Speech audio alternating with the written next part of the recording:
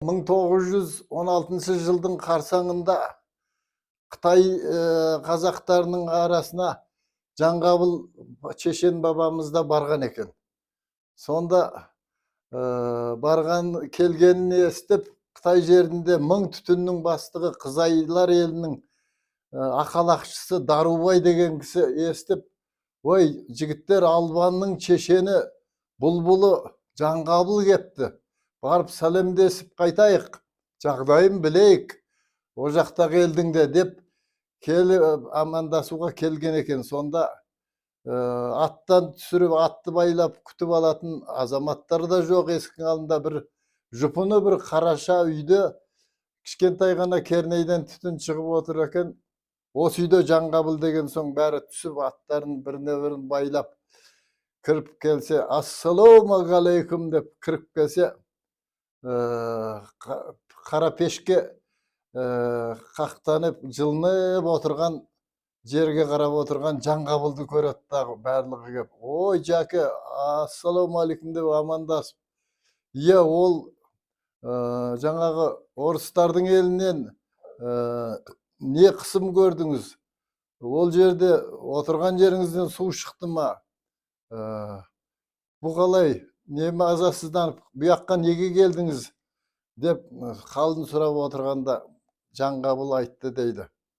Рахмет, қалымды сұрап сәлем беріп келгендеріңе. Кедейшілік, жоқшылық бірден қаптап, бұл елге бізде келдік, Құдай сақтап. Тұғырынан құлап түскен қыран құқсап, отырмын мына жерде отқа қақтап деп айтты дейді. Сөйтсе, ойпырмай, мынаның көңілінде, көкейінде қатты шер бар екен ава. Біраз ұмыттырып, кішкене тамаққа шақырып, әңгімелерін ішіндегі шерін шығарсын, көңілденіп кішкене жүрсін арамызда деп, жаңағы кетер кезінде Дарубай ақалақшы шақырып тамаққа кеткен екен дейді. Содан айтқан уағында күндерінде қасына 4-5 жігіті бар. Ертіп келіп, барып Дарубайдың ауылына барып, аттан жақындап түскен кезде аттарын ұстап, бәрлерінің аттарын байлап, өздеріне жаңағы үйге қарай, 12 қанат ақ үйге қарай кіргізіп, жігіттеріменен Жаңғабылды төрге қарай жайғастырып отырғызып, сәлем сұрасып болғаннан соң, жаңағы жерде жігіттерге сусындарын ішкізіп, бір уақытта тамақ алып кепті дейді.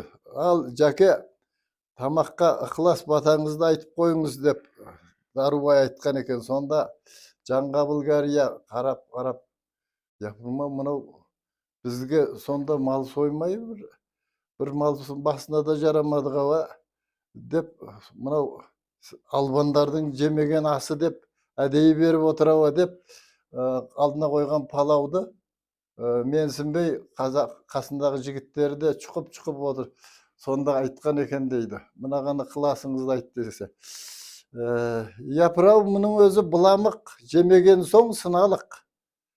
Біздің елге барсаңдар, бізді осыны қылалық. Қарсаламыз, қазақ емес, сарт келді деп қуанып, Аллаху акбар деп бата берген екен дейді.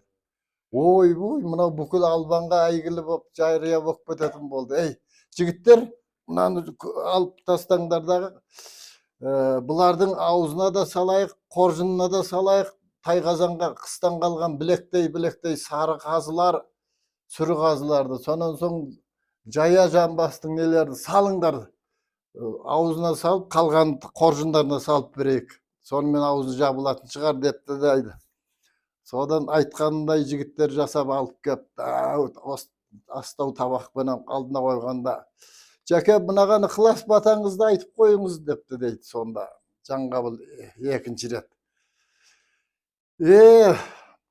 Япырау, мұның өзі сүр екен ғой. Қыс-қыстап жаз жайлауда жүр екен ғой. Қарабай жер бетінде екеу болса, біреуі өліп, біреуі тірі екен ғой.